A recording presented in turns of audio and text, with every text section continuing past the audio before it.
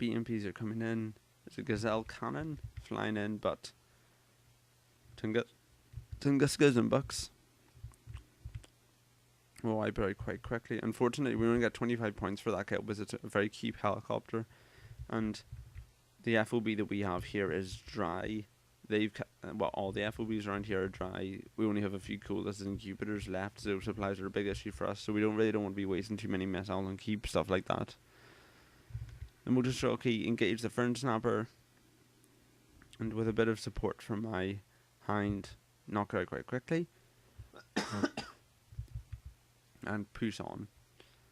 Hope maybe we can capture a few supply trucks here. That'll definitely be useful.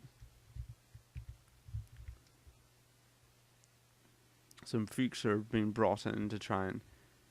I'm not really sure what their plan was, but the BMP-1 and the Mi-24, as well as a few T-64s here, knock it out quite quickly. However, their Marder 1 is getting a bit close. Those Fuchs could have been a distraction. Now that it's coming in, if it can get its cannon, its 3 cannons into range of the Mi-24, that could be quite dangerous, but it's distracted by the T-64s. Oh, no, it isn't. It's still firing on the Mi-24, but still, T-64s will dispatch that quite quickly before it can do much. Just like that. Over here, the infantry have ambushed the anti-tank team, and they're now quite close to those nice fancy prototype tanks. BMP ones are being rushed in, but those tanks have a pretty good HE value. They're knocking out the motor jockey quite quickly. One of them took quite a bit of a hit by that RPG, and one's down. They're bringing in another main battle tank. Looks like a French one. Oh, but that's in the motor jockey are moving. I don't think infantry can fire their bazookas while they're moving. And they're down. My Mi-24 is running quite low on ammo, and we don't really have the resources to resupply it. They have brought in some MLRS rocket batteries here. Looks like they've bought some more. That could be quite nasty for us because we can't really afford to repair the damage that those rocket batteries will do. Some Super Koenigs are being brought in, and so another pair of Cobras are being brought in to knock out the TO-62s. And they fall. Still a few motor jockey units here. Now they're moving up to the north flank here. It could be quite deadly because of the hill here. They could advance quite close without us spotting them. And there's 2 Tunguskas quite close to the edge. Just look at the good graphics of Wargame. Some pretty impressive graphics. Let's see, down here they seem to be bringing in command vehicles to take Juliet. They've still got all these infantry here. I'm not sure why they're just leaving them there. I mean, if they had a good swarm of Black Ops here, they could have flown down and picked up the infantry. It could have been a good boost to them. Again, the tank destroyer has been refilled by the Jupiter. It's got 3 missiles, but I think most of the resources went to fixing it. But it's still fairly damaged. But still, if it can land those missiles, and it's got level 2 veterancy, so it should be fairly accurate. I've noticed my ally's got his command vehicle here, and seeing as at that stage we weren't getting any resources, and we didn't have any resupply lines, I thought it would be best to bring it into Alpha, so we could get some points, and I could fix up this helicopter. As you can see, it's lost a lot of health. It's got no ATKMs left. And its rocket pods are pretty empty.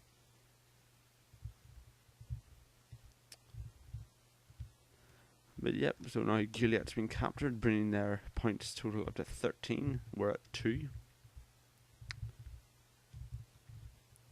But there's only 7 points in it in terms of score. Me and Clayton have got about 2,400 points each. And again, Maximus has 1,000. Cycle is about 4,000. And the other 2 have about 600 and 400 apiece. So again, Saito is definitely leading the way. Let's have a look at where his units are.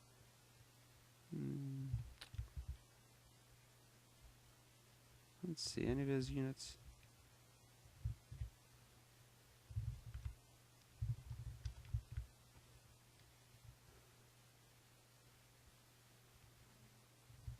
That's one of his armored command units there, but I can't actually see where any of his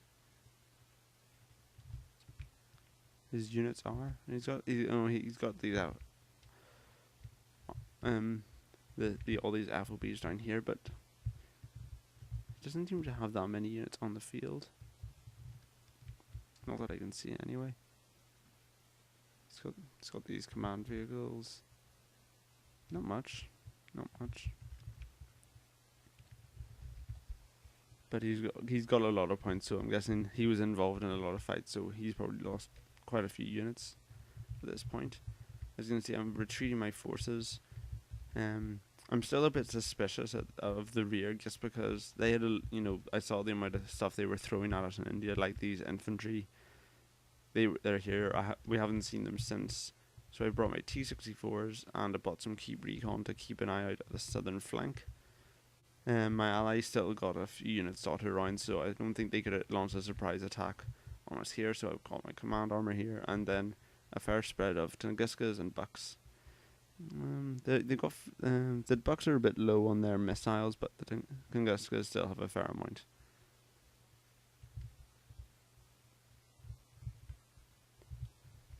And there seems to be a bit of a lull in the fight, and as both sides are consolidating their position, we want to hold on to Charlie just so we can force them to have to resupply through Kilo, which is quite a long distance.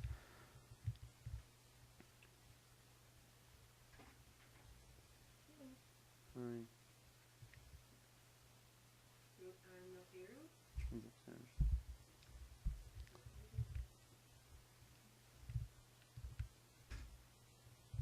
Right, so let's see. So, yep, they seem to be consolidating their position using the MLRS rocket batteries to keep us under pressure and try and whittle down our units, because they know we definitely can't afford the supplies they can. So, and they've sort of boxed us into this low point section of the map. All there is Bravo, Alpha, and Charlie.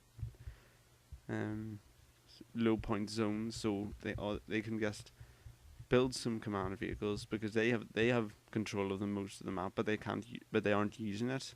They've only got 4 command zones, whereas they could be building pretty much every command zone on the map.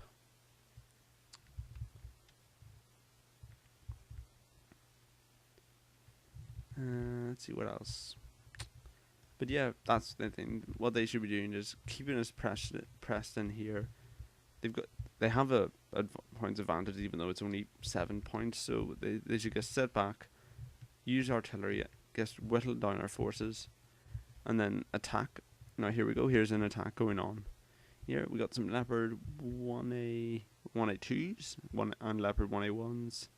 Some armored personnel characters with some American infantry, and then flak panzers and some empty personnel carriers. Not a big force, but again, there isn't anything going up against. A lot of empty supply trucks and some infantry. Again, see, here's the benefits of the colas. The colas can fire at the infantry, whereas the infantry aren't automatically firing back. Also, we've had to retreat this command truck or vehicle, however you want to put it.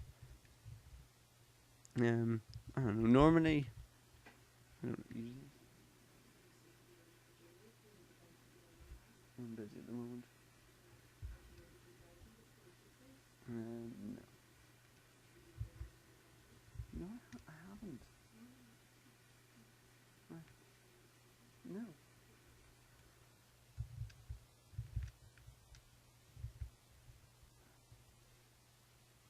But yep, they've pushed us out of Charlie quite severely.